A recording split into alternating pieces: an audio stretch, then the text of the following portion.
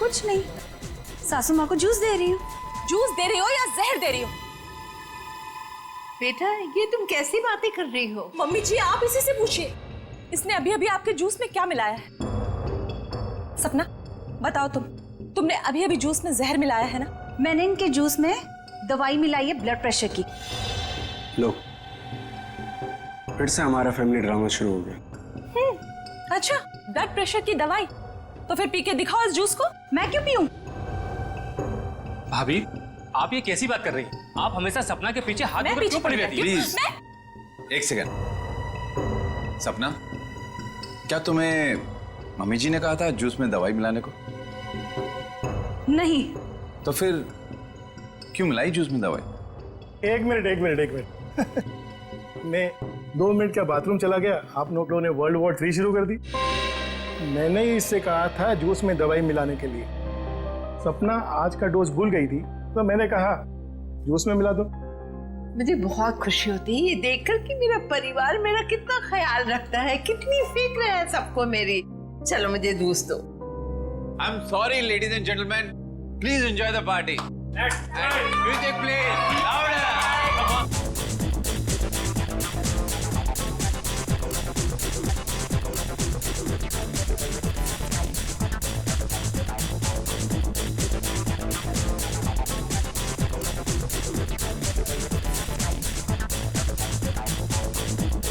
नमस्ते। नमस्ते। मैं कैसे हैं आप? प्रतीक जी मैं बिल्कुल ठीक हूँ, आप कैसे हैं? बस मैं ठीक हूँ। आप कुछ ले नहीं रहे हैं? मैं आपके खाने के लिए कुछ मंगाती हूँ। सरोज। नहीं, आप तकलीफ मत लीजिए, मैं खुद जाकर ले लूंगा। श्योर। या it's okay fine. Hi.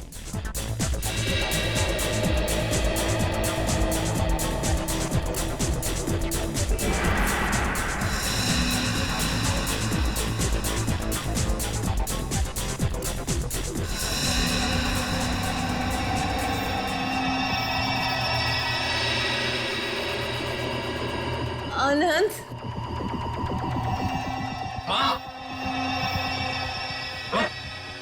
Mummy ji क्या हुआ आपको? मम्मी जी, मम्मी जी।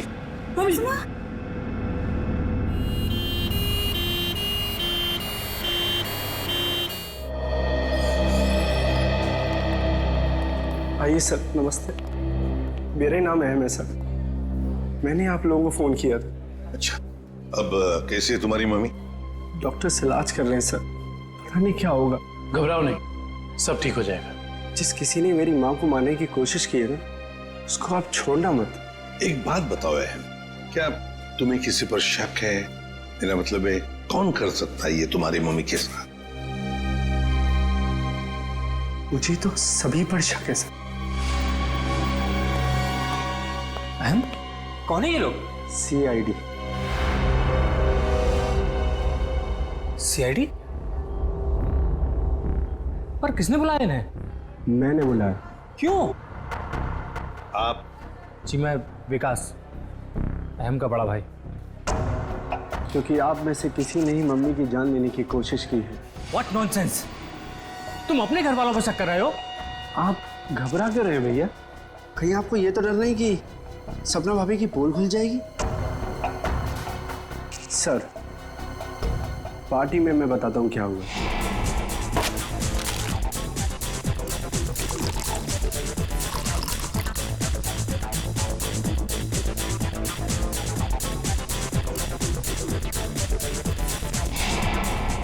तुम्हारी सपना भाभी पर शक है तुम्हें? Yes sir.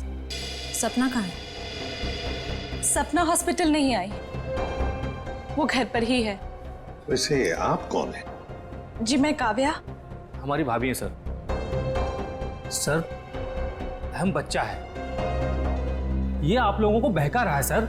विकास जी, हम CID वालों को कोई बहका नहीं सकता, समझे? कहाँ है आपकी मम्मी?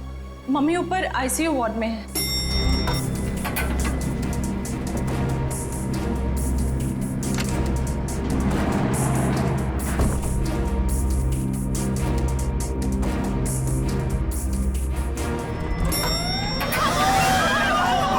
ठीक है, आग लगी है लगता है। तो लोगों को बाहर निकल, जल्दी जल्दी। आइए। उधर नहीं, इधर आइए प्लीज, आप लोग इधर आइए। जल्दी चलो। चलिए फ्लोर का, जल्दी आइए। नहीं आप लोग इधर से आप लोग इधर से। जल्दी चलो। चलिए फ्लोर खाली है, चलिए जल्दी आइए। नहीं आप लोग सीधे से जाइए। संभाल के जाइए। आइए ध्यान से।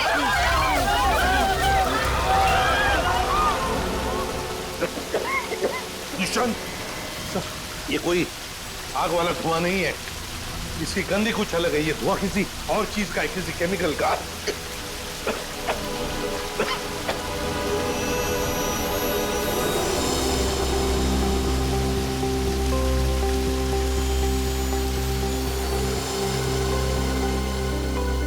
सर, हाँ?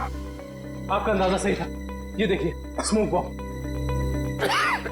माय गॉड, सर कहीं ये स्मोक बॉम्ब फायर अलार्म बजाने के लिए तो नहीं डाला गया था?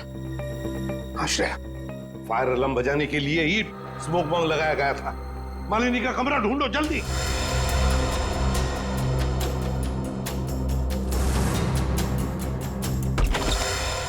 अरे बेड तो खाली है। ये मालिनी जी कहाँ चली गई होंगे? ऐसा लगता है मालिनी जी जान खतरे में। स्टाफ को बुलाओ हॉस्पिटल के वार्ड में से एक मरीज गायब होता है और किसे कुछ पता नहीं। वाह, हम भी क्या करते साहब, जब हॉस्पिटल में भगदड़ मची तो हम अपनी जान बचाने के लिए यहाँ से भाग गए। क्या तुम लोग जान बचाने के लिए भागे मरीज को ऐसे ही छोड़कर? शर्म नहीं आई तुम्हें? सर, ये अचानक कैसे हुआ पता भी नहीं चला। हम मालिनी जी के परिवार वालों को बताने ही वाले थे कि उनकी मौत हो गई है। पर क्या? उनकी मौत हो चुकी है? जी सर, इसका मतलब किसी ने मालिनी जी की लाश को गायब किया है। और सर, ये काम किसी हॉस्पिटल के बाहर वाले का नहीं हो सकता। सर, आपसे एक रिक्वेस्ट है, ये बात आप अपने तक ही रखिएगा। अगर मीडिया वालों को मालूम पड़ा तो हमारी इज्जत और हॉस्पिटल की इज्जत मिट्टी में मिल जाएगी। सर चुप रहिए प्लीज सर, प्लीज चुप रहिए प्लीज। लाश गायब हुई है हॉस्पिटल से और आपको अपनी और इस हॉस्पिटल की इज्जत की पड़ी है। हाँ? एक बात ध्यान से सुन लो, तुम्हारे इस हॉस्पिटल का एक एक दरवाजा, एक एक खिड़की अभी इसी वक्त बंद चाहिए। मुझे एक चिड़िया तक बाहर नहीं जानी चाहिए, समझे? जी सर, सुना तुमने? जी। गो इमीडिएट। दुष्यंत, हॉस्पिटल का कोना कोना छान मारो। कहीं तो छुपा के रखी होगी मालिनी की लाश को, कहीं तो। हाँ।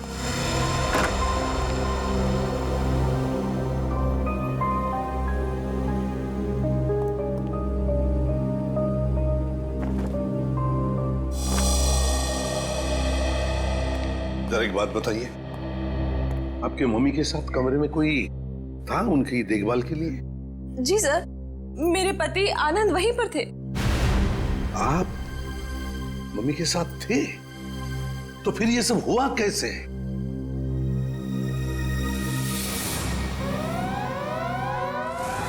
जैसे ही फायर अलार्म बजा तो मैं वार्डरूम के बाहर आया, ये देखने के लिए कि क्या मच रहा है। हर तरफ धुआं ही धुआं था। लोग पागलों की तरह यहां वहां भाग रहे थे। धक्का मुक्की में कुछ लोग मुझे मम्मी जी के वार्डरूम से बहुत दूर ले गए। जाकर भी मैं वार्डरूम तक नहीं पहुंच पा रहा था। किसी तरह जब मैं मम्मी जी के वार्डरूम में पहुंचा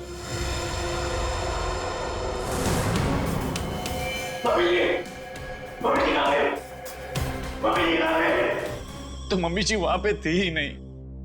सर प्लीज प्लीज मम्मी जी को ढूंढ निकालिए।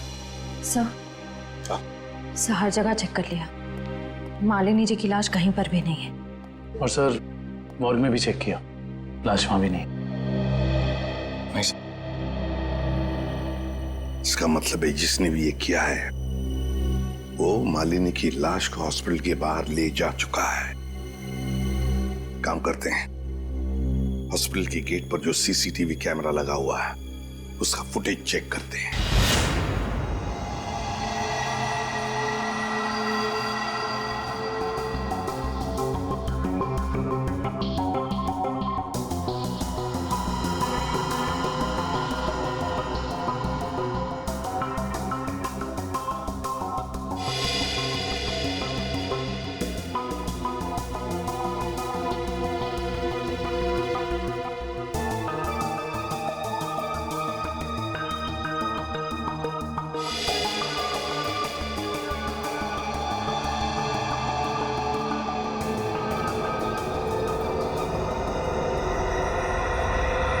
ये देखो, एक झटके में गाड़ी रिवर्स हो गई और हॉस्पिटल के बाहर भी निकल गई।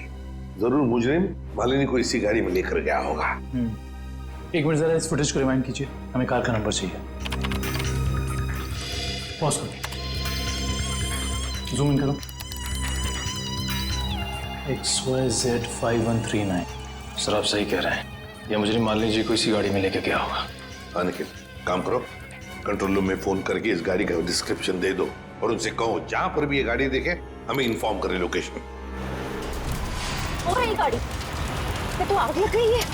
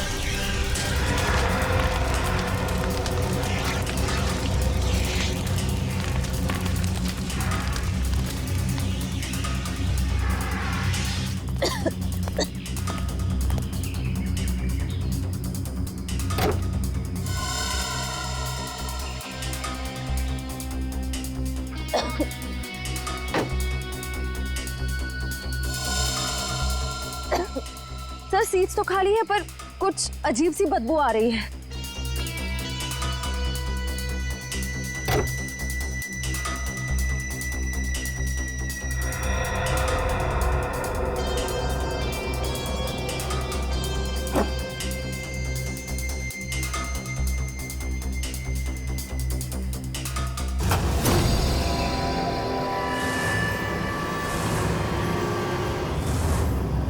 सर ये लाश तो जल चुकी है। शायद सबूत मिटाने के लिए उन्हीं ने मालिनी जी की लाश को जला दिया। आप इतने यकीन से कैसे कह सकते हैं कि ये लाश मेरी माँ की है? इसका चेहरा तो बुरी तरह जल चुका है। देखिए,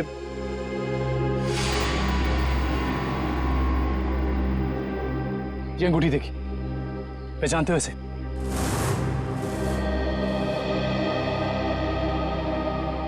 तो मेरी माँ की अंगूठी।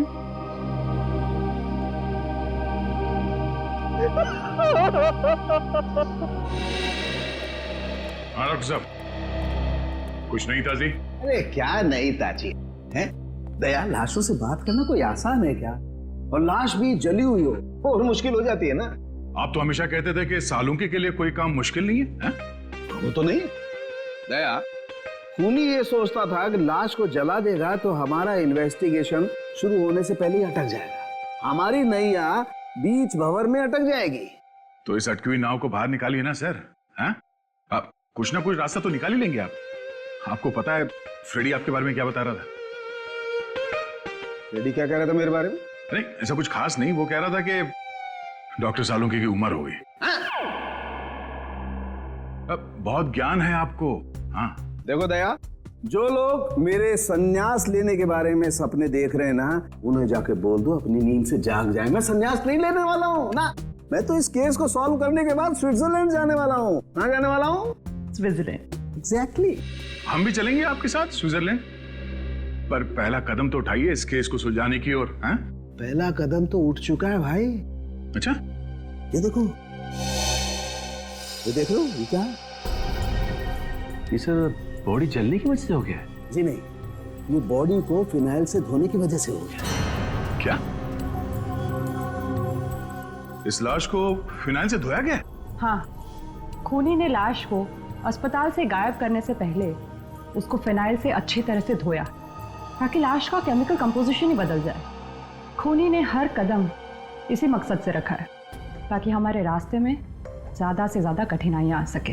इस लाश को पहले फिनाइल से धोया और फिर इसे आग लगा दिया? जी हाँ। और सबसे पहले क्या जलाए? सबसे पहले जलाए बाल, क्योंकि बालों में सबसे ज्यादा और सबसे पहले असर होता है जहर का। सर काव्या ने बताया था ना कि शायद जहर सपना ने दिया है मालिनी जी को। हाँ, इसीलिए तो जला दिए ना भैया, सबसे पहले बाल, क्योंकि जहर दिया था। मतलब ये सब सपना का ही काम है।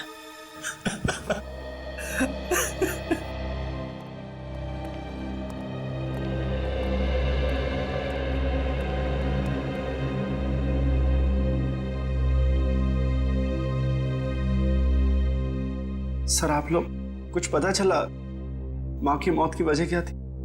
जी नहीं, मगर बहुत जल्द पता चल जाएगा।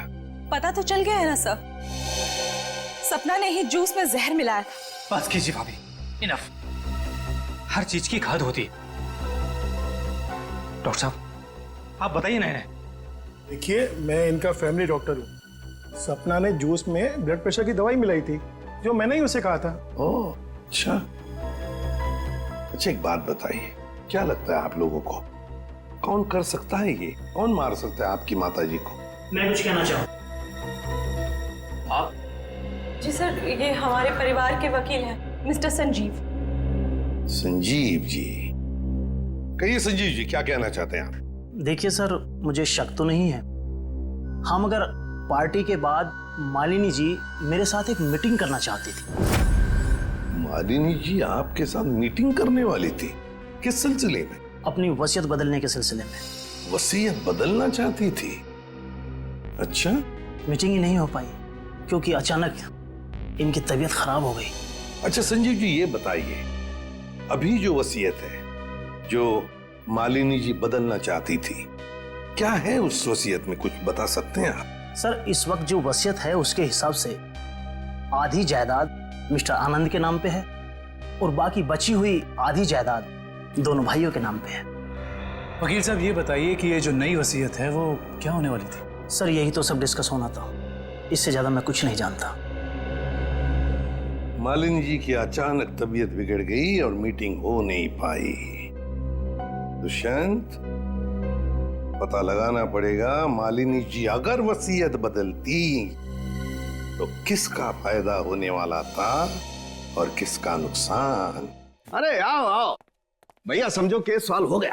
क्या बात है सर, लगता है लाश से कोई बड़ी जानकारी निकाल ली आपने। रिया जनाब, पार्टी में मालिनी जी के कान से खून बह रहा था ना। हाँ, उसकी वजह पता चल गई आपको? जी हाँ, उसकी वजह थी दया साहब जहर। जहर जिसने ऑरल ट्रैक्ट को यानी कि कान के इस हिस्से को बिल्कुल तबाह कर दिया, बर्बाद कर दिया। देखो, तो जहर की वजह से नस फट गई और कान से खून बहने लगा। और इतना ही नहीं, इनके खून में से हमें बहुत ज्यादा मात्रा में नाइट्रोजन के कंपाउंड्स भी मिले। और तो और इनकी किडनीज में से हमें बढ़ी हुई मात्रा में पोटेशियम और मैग्नीशियम मिला है। और ये सारी चीजें सिर्फ एक ही तरफ इशारा करती हैं, जहर। सर, फिर तो हमें सपना को गिरफ्तार कर लेना चाहिए। नहीं, यहीं पर कहानी में जरा सा ट्विस्ट है भैया। इनको जहर तो जरूर दिया गया था, लेकिन वो स्लो पॉइजन था, धीमा जहर, जो कोई 1.5-2 महीने से लगातार हर रोज इन्हें दिए जा रहा था। इसलिए जूस में तो जहर होने का सवाल ही नहीं होता। और ये जहर किस चीज के जरिए दिया जा रहा था? खाने पीने के साथ? यार दया, ये गुत्थी थोड़ी सी उलझी हुई है। But why fear when Salu case here? तुम चिंता मत करो, इस जहर से भी मैं सच उगलवा के रहूंगा। ठीक है सर, आप इस जहर से सच उगलवाइए, तब तक मालिनी के घर वालों से सच उगलवाते हैं। क्योंकि वो जूस जो सपना ने मालिनी जी को दिया था उसमें जहर नहीं था। मालिनी जी की मौत स्लो पॉइजनिंग से हुई है। स्लो पॉइजनिंग, धीमी धीमे असर करने वाले जहर की वजह से, जो उन्हें 45 दिन तक रोज लगातार दिया गया था। धीमा जहर? मां को मारने की इतनी बड़ी साजिश? जी, और ये साजिश किसी आसपास वाले की है जो उनके खाने के साथ, उनकी दवाइयों के साथ छेड़खानी कर सकता था। सर, चाय लीजिए आप लोग। थैंक यू, आप लीजिए।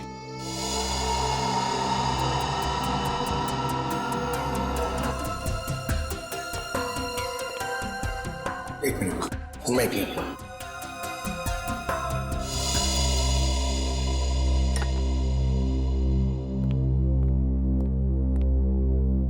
एक बात बताइए, मालिनी जी को रोज दवाई कौन देता था? सर उन्हें दवाइयाँ सपना ही दिया करती थी। अच्छा। हाँ, मैं ही उन्हें दवाइयाँ दिया करती थी, पर कभी कभार सासू माँ अपनी दवाइयाँ खुद लिया करती थी, कभी आयुर्वेदिक की तो कभी न्यूरोपैथिक की। तो सपना जी, आपके कहने का मतलब ये है कि जहर शायद मालिनी जी की खुद की ली हुई दवाओं में था? मैं नहीं जानती कि जहर किस चीज में था, मैं तो सिर्फ आपको उनकी आदतों के बारे में बता रही हूँ। चलो ठीक है, हमें वो दवाइयाँ देखनी है।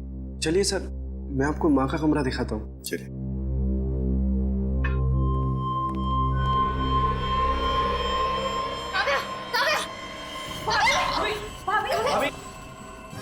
भाभी क्या हुआ आपको? भाभी सांस लेने में दिक्कत हो रही। सुरेश पानी लाओ। अरे पानी लाओ। दुष्यंत, लता इनकी तबीयत बिगड़ती जा रही है, जल्दी से एम्बुलेंस बुला लो और हॉस्पिटल ले जाओ इसे। श्रेया तुम भी जाओ साथ में।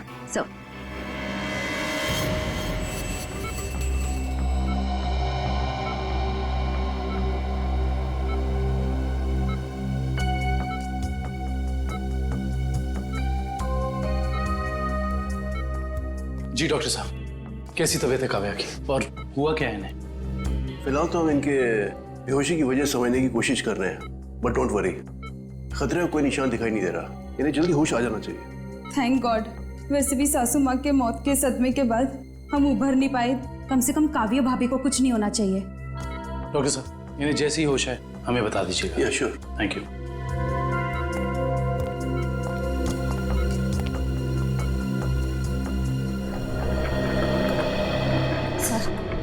सर मुझे तो सपना पर शक हो रहा है।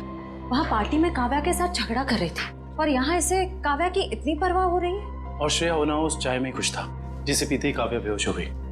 सर, चाय तो मैंने भी पी थी। थैंक गॉड मुझे कुछ नहीं हुआ। Are you sure Pankaj? Sure मतलब सर? मतलब चक्कर वक्कर तो नहीं आ रहे ना तुम्हें? चक्कर? नहीं सर, चक्कर नहीं आ रहे, मगर पेट में कुछ गड़बड़ लग रही है सर। पेट में गड़बड़ लग रही है, गर्मी हो रही है, कहीं से वो तो नहीं हो गया? पंकज, और अगर तुम्हें सीरियसली कुछ हो भी गया है तो हम हॉस्पिटल में ही है ना। कैसे? अजीब बात है, ये काव्या का पति आनंद अभी तक आया नहीं। पंकज, उसका नंबर ट्राई करो।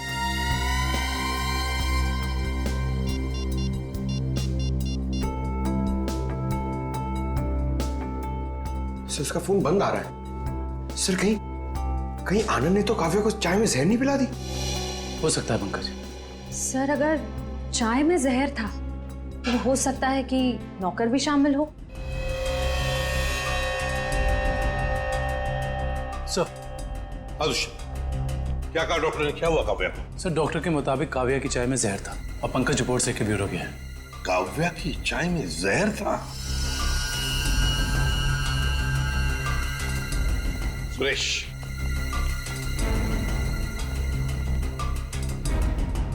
तो बताओ सुरेश, चाय में जहर कहां से आया?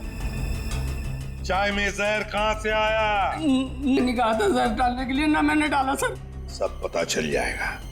एक बात बताओ, जब तुम चाय लेकर आए थे तो चाय कहीं पर रख दी थी और कुछ दूसरे काम के लिए गए थे? हाँ साहब, याद आया। मैं सुबह जब चाय लेकर आ रहा था तो आनंद साहब ने मुझे कुछ खाने के लिए लेकर आने को कहा। अरे सुरेश, सिर्फ चाय? कुछ नाश्ता भी ले जाओ, कल रात से किसी ने कुछ भी नहीं खाया। जाओ। जी साहब।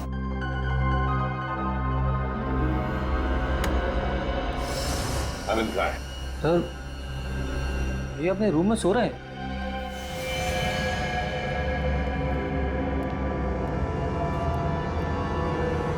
कहाँ है आनंद? आनंद तो है ही नहीं कमरे में। पता नहीं सर, अभी तो भैया यहीं सो रहे थे। फोन करके बुलाओ।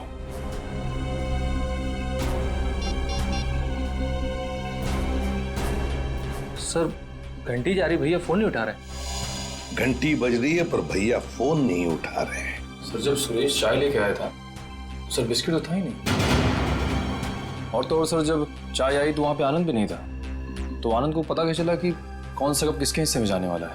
हाँ वाकई आनंद तो वहां था ही नहीं चाय पीने के लिए। जब ये सुरेश सबके लिए चाय लेकर आया था तो सारे के सारे चाय के कप एक जैसे ही थे। उसमें एक मग था, मग बड़ा सा, जो काव्या ने उठाया था। तो हो सकता है वो काव्या का खास मग हो जिसमें वो हर बार चाय या कॉफी पीती हो। हाँ सर। और ये बात आनंद को मालूम थी। हेलो एसीपी साहब, मैं डॉक्टर सुमित। हाँ डॉक्टर सुमित, बोलिए। एसीपी साहब, आप जल्दी चले जाइएगा, मुझे आपको कुछ जरूरी बात बतानी है। क्या हुआ डॉक्टर सुमित? ये काव्या तो ठीक है ना? हाँ वो ठीक है, मैं आपको फोन पे नहीं बता सकता। आप यहाँ जल्दी चले जाइएगा। हेलो, लगता है बहुत बड़ी गड़बड़ हुई है हॉस्पिटल में। Let's go. लिस्ट बना के दोबारा से डिटेल मुझे दे देना, ठीक है? बाकी सब मैं देख लूंगी। डॉक्टर सुमित कहाँ मिलेंगे? सर, उन्हें तो आईसीयू में भर्ती किया है। डॉक्टर सुमित को आईसीयू में भर्ती किया है? क्यों? सर, एक बहुत बड़ा हादसा हो गया। डॉक्टर सुमित अपने कैबिन में खून में लथपथ मिले सर, और उनके सर पे बहुत गहरी चोट आई है। माय गॉड, क्या मिल सकते हैं उन्हें? फिलहाल तो नहीं सर, वो कोमा में हैं। होश में कब आएंगे नहीं पता। दुष्यंत, जरूर ये वही मुजरिम है जो ये सब कर रहा है। वो अभी भी हॉस्पिटल में ही है, पहले मालिनी के साथ और अब डॉक्टर सुमित के साथ। काव्या सर, कहीं उस मुजरिम का अगला निशाना काव्या तो नहीं? काव्या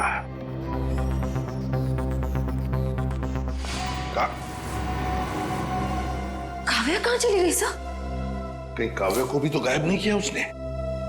श्रेया, ये जो भी कोई है, अगर इसने काव्या को भी गायब किया तो वो हॉस्पिटल के मेन गेट से ही बाहर जा सकता है। और सर, शायद डॉक्टर सुमित को भी उस खूनी के बारे में पता चल गया होगा, इसलिए उन पर भी हमला हुआ।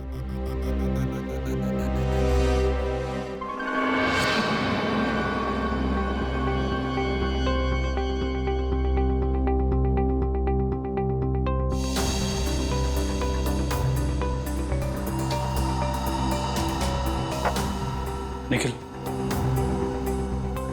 तो शायद डॉक्टर सुमित यहाँ फोन पर बात कर रहे थे और फिर पीछे से कोई आया और जोर से उनके सर पर वार किया और वो यहाँ नीचे गिर गए।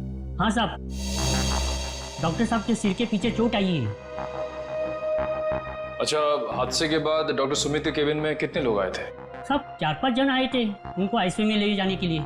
सर, आनंद का अभी तक कुछ पता नहीं चला है। कहीं इस सब के पीछे उसी का हाथ तो नहीं? ये आनंद ही कुछ गड़बड़ है, कुछ ना कुछ तो गड़बड़ जरूर है इस आनंद में। आइए सपना जी, आइए। कहाँ गई थी आप? वो मैं काव्या की रिपोर्ट्स लेने गई थी गैस्ट्रोलॉजिस्ट डिपार्टमेंट के पास। क्या हुआ? वहां से एक रिपोर्ट लाने में इतना वक्त? लाइन बहुत लंबी थी, मगर क्यों? क्या बात है? काव्या कहाँ है? काव्या गायब है, समझिए आप? क्या? सर ये ब्लड सैंपल्स तो ले लिए, लेकिन सर क्योंकि बाकी लोग डॉक्टर साहब के कैबिन के अंदर चले गए थे, इसलिए सारे जरूरी सबूत मिट गए। और यहाँ पे काव्या गायब है ना दुष्यंत? ये किसी एक आदमी का काम नहीं, ये जो भी कर रहा है ना उसका कोई साथी है।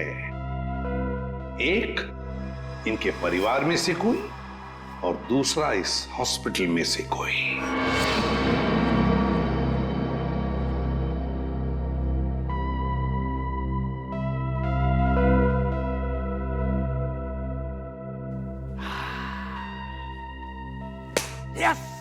Yes, eureka! डॉक्टर साहब, क्या हुआ?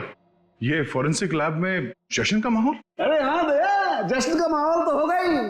स्विट्जरलैंड की हसीन वादियां पुकार पुकार के कह रही हैं, सालुखे आजा रे तू आजा, तेरा इंतजार है। मतलब आपको पता चल गया कि वो लाश के अंदर जहर कहां से गया? जहर बॉडी में आया था दांत से।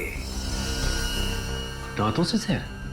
हाँ सचिन, मालिनी ने 2 महीने पहले ही अपने दांतों का रूट कैनल करवाया था और इस ऑपरेशन के दौरान उसके दांतों में जिस मर्क्यूरी का इस्तेमाल किया गया था वो मात्रा में बहुत ज्यादा थे।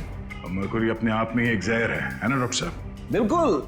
और जब जब मालिनी जी खाना खाती थी, खाने को अपने दांतों से चबाती थी, तब तब दांतों में छुपा हुआ वो मरकरी खाने में मिक्स हो जाता था और पेट में चला जाता था, और पेट से फिर पूरे खून में मिक्स हो जाता था। यही है वो स्लो पॉइजन जिससे वो बेचारी बेमौत मारी गई। सर हो सकता है कि डेंटिस्ट ने सब जानबूझ के ना किया, गलती हो गई उससे, मे बी मेडिकल नेग्लिजेंस। नहीं सचिन, ये मौत एक हादसा होता तो लाश को जलाया नहीं जाता।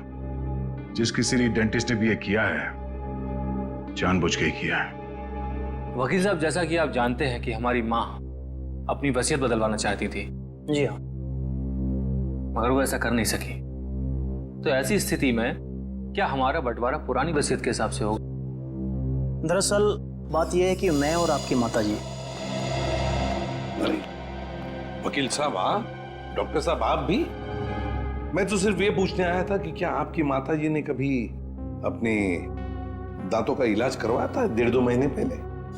नहीं सर, उन्होंने कभी मुझे तो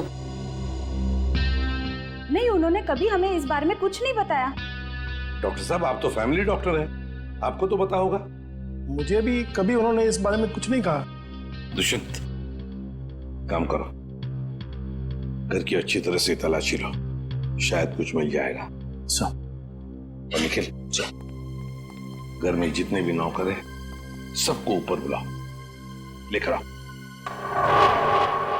एक बात बताओ, क्या तुम में से कोई जानता है कि मालिनी जी ने अपने दांत का इलाज करवाया था किसी दांत के डॉक्टर के पास 1.5-2 महीने पहले? सब एक दिन अचानक मालकिन के दांतों में दर्द हुआ तो उनका ड्राइवर उन्हें डेंटिस्ट के पास लेकर गया था।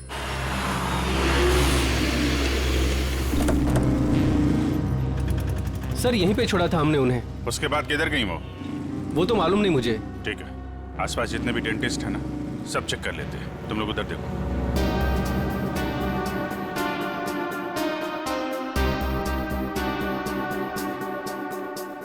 हम लोग सीआईडी से। क्या ये कभी आपके यहाँ इलाज कराने आई थी? No, I don't think so. यहाँ पर आए हैं। यहाँ से देखिए, ये 2 महीने पुरानी बात है। नो सर, ये लेडी कभी हमारे वहाँ इलाज के लिए नहीं आई। नहीं, मुझे नहीं लगता है यहाँ पर आए हैं। आई नॉर्मली मैं पेशेंट्स को याद रखती हूँ अपने। Thank you very much. Thank you sir, उस साइड किसी भी डेंटल क्लिनिक में मालिनी को किसी ने पहचाना नहीं। अच्छा, यहाँ देख लेते हैं।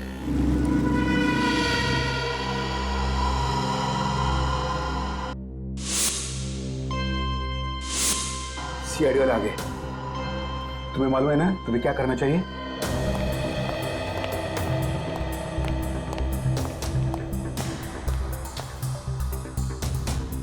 Excuse me. जी कहिए। हमें डॉक्टर से मिलना है। जी कहिए, मैं डॉक्टर कल्पना हूँ। आपके पास अपॉइंटमेंट है? डॉक्टर, हम सीआईडी से। इन्हें पहचानती हैं आप? इन्हें कभी देखा नहीं है। कौन है ये? इनका नाम मालिनी है और इनका खून हो गया है। क्या? खून? क्या हुआ? खून का नाम सुनते ही आपकी जबान लड़खड़ाने की लग गई? नहीं नहीं, यहाँ पहली बार सीआईडी आई है ना, तो मैं थोड़ी नर्वस हो गई। कोई बात नहीं, आप परेशान मत होइए। Thank you very much.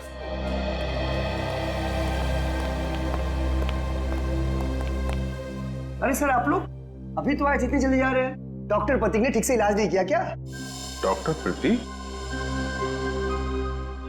यहाँ तो कोई लेडी डॉक्टर है ना? No no, no lady, no lady, only gents, only gents. Doctor Prateek. अच्छा अच्छा।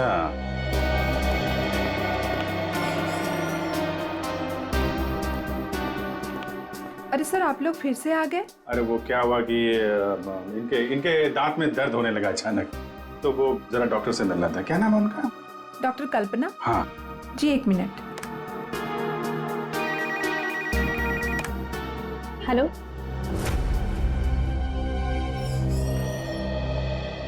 क्या हुआ सर? मेरे दांत में बहुत दर्द है, मगर मुझे एक जेंट्स डॉक्टर चाहिए। लेडीज डॉक्टर में वो शर्म आती है। नहीं नहीं, या तो मैं ही हूँ। लेकिन दीवार पे तो डॉक्टर प्रतीक का सर्टिफिकेट लटका हुआ है। ये नाम तो किसी लेडी का नहीं हो सकता ना? चेक कर लेते हैं एक बार, देखिए। सर कहाँ जा रहे हो आप? डॉक्टर प्रतीक। डॉक्टर प्रतीक,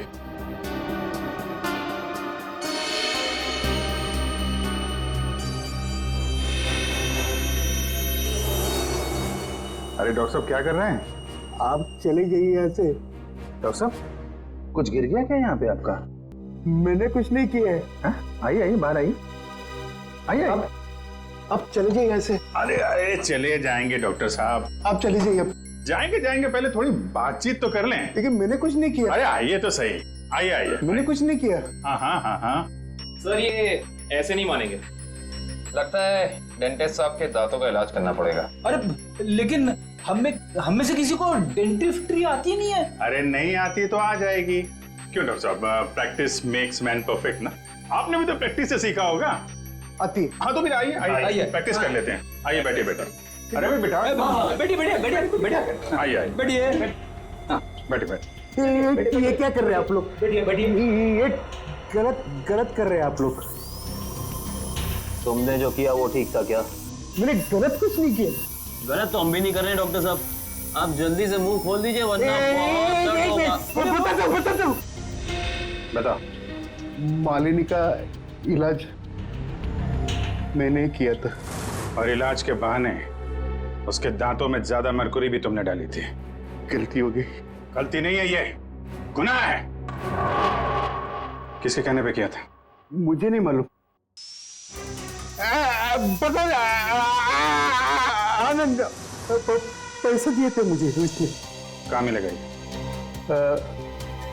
भाई गोदाम।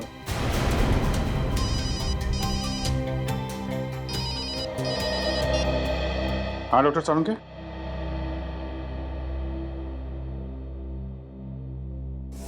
क्या? आनंद रुक जाओ, आनंद गोली चल जाएगी। आनंद रुको, आनंद।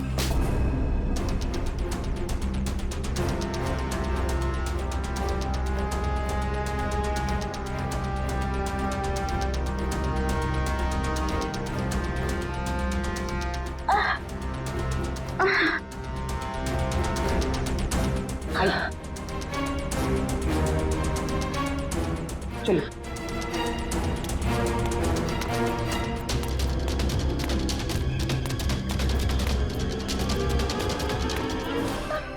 ये क्या किया आप सबने? मेरे पति को मार डाला। आनंद उठो। सर, इनके प्यार को तो देखकर ऐसा लगता है कि अगर इन्हें ऑप्शन दिया जाए कि ये मर जाए और इनका हस्बैंड जिंदा हो जाए तो वो ऑप्शन जरूर ले लेंगी। क्यों नहीं सर, ये तो एक भारतीय नारी का फर्ज है ना। पर अफसोस मेरे पति खुद ही मुझे जिंदा नहीं देखना चाहते थे। ये तो भगवान का शुक्र है कि मेरी चाय में जहर थोड़ा कम था, वरना आज आपको यहाँ मेरी लाश मिलती। अभिजीत, काव्या की चाय में जो दवाई के ट्रेसेस मिले हैं उससे किसी की जान नहीं जा सकती। एक मिनट, आपको कैसे पता चला कि आपकी चाय में जहर कम था? वो सर अभी आप ही ने तो कहा। अरे हमने कब कहा? हाँ याद आया, आनंद ने बताया था। हाँ? आनंद कैसे बताएगा? आनंद बेचारा तो खुद ये बात नहीं जानता था। ये बात जानती थी तो सिर्फ एक औरत, और वो औरत तुम हो काव्या। आनंद तुम जिंदा हो, मेरे साथ इतना बड़ा धोखा। क्या करें, लोहे को लोहा काटता है, उसी तरह धोखेबाज का एक ही इलाज है, धोखा। जब डॉक्टर प्रतीक ने हमें बताया कि आनंद 22 गोदाम में मिलेगा,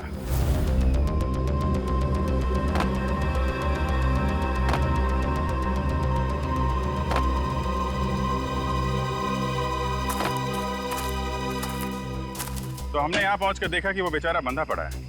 उसके हाथ पांव खोले तो उसने अपनी आप बीती सुनाई।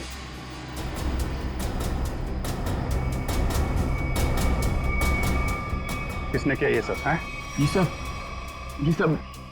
मेरी बीवी काव्या ने किया है सर। हाँ, कहीं कहीं छुपी हुई है। बस फिर क्या, हमने आनंद के साथ एक छोटा सा खेल खेल लिया, तुम्हारा असली रंग सामने लाने के लिए। तो ये सब ड्रामा था, लेकिन असली ड्रामा तो अब शुरू होगा। पीछे मुड़ के देखो।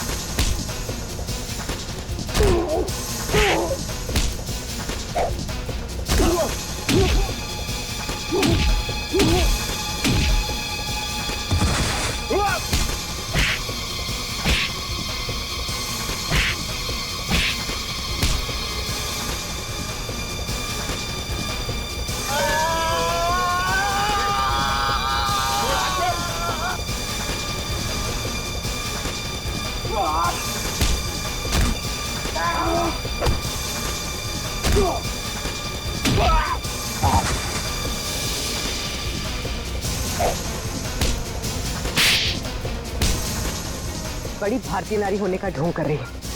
तुम जैसी नहीं होती भारतीय नारी।